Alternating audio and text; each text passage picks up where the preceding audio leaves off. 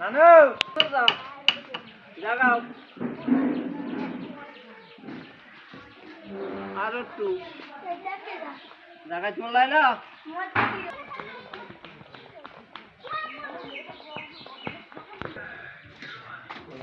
আপনাকে ভাত খাওয়া গেলে আমার কিন্তু বললেন ভাত কিন্তু রেডি করবেন না পরে বাহি কিনে যাই না আপনারা রেসিপি কত